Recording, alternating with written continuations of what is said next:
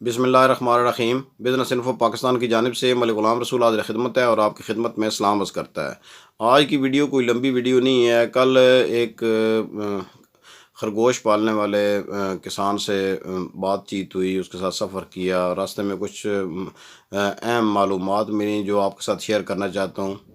کیونکہ علم کا پھیلانا جو ہے نا، یا کسی بھی معلومات کا پھیلانا، یہ بھی ایک صدقہ جاریہ ہے۔ وہ ان سے بات ہو رہی تھی کہ جو بناتے ہیں کہ رہنے کے لیے گھر میں، اگر آپ نے خرگوش پالنے ہیں تو جو ان کے گھر بناتے ہیں چھوٹے چھوٹے اینٹوں سے، اس کے اندر مٹی رکھتے ہیں یا جو لکڑی کا جو برادہ ہے وہ رکھتے ہیں یا کیا رکھتے ہیں۔ تو میں نے کہا کہ وہ تو ان کو تو کوئی مٹی چاہیے ہوتی ہے، تو وہ مٹی کیونکہ انہوں نے وہ پسند کرتے ہیں مٹی کو، تو وہ کہتے ہیں کہ نہیں، اس میں بوری بھی رکھ سکتے ہیں، جو ایک تو یہ پرسن کی بوری جو ہوتی ہے، یہ بھی ایک مطلب ایک معلومات میں اضافہ تھا۔ دوسری بات جو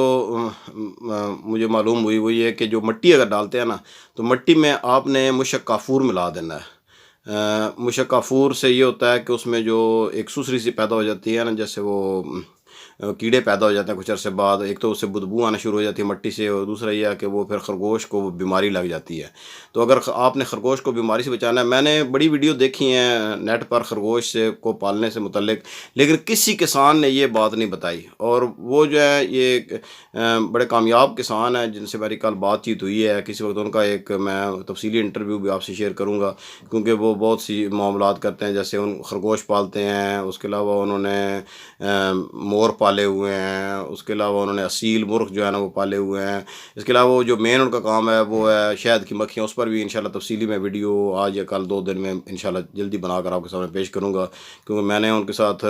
5-6 گھنٹے گزارے ہیں، اور اس میں ان کا اسی کے بارے میں انٹرویو لیتا رہا ہوں۔ تو یہ آج کی جو اہم بات تھی خرگوش پالنے سے متعلق، کہ اگر مٹی آپ ڈالتے ہیں اس کے اندر، تو مٹی کے اندر ضرور مشک کافور جو سفید گولیاں ہوتی ہیں نا، جو عموماً سردیوں میں کپڑوں میں رکھ دیتے ہیں تاکہ کپڑوں کو جو ہے نا ٹڈی نہ کاٹے، یا کوئی جو ہے نا ان کو بیماری نہ لگے، یا کوئی کیڑا نہ لگے، تو آپ نے جو ہے نا یہ خیال کرنا ہے کہ اگر آپ خرگوش کے پالنے والے کسان ہیں تو اس بات کو یاد رکھیں۔ اگر آپ کو ابھی تک نہیں پتہ تو یہ اپنی معلومات میں اضافہ کر لیں کہ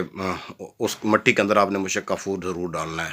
تو آج کی یہی مختصر سی ویڈیو ہے، دعاؤں میں یاد رکھیے گا۔ ایک جو ہے نا وہ معلومات ملی تھی تو میں نے آپ کے ساتھ شیئر کر دی۔ نیکسٹ ویڈیو تک انشاءاللہ تفصیلی ویڈیو جو ہے نا کسی اور موضوع پر آپ کے سامنے پیش کروں گا۔ مجھے اجازت دیجیے،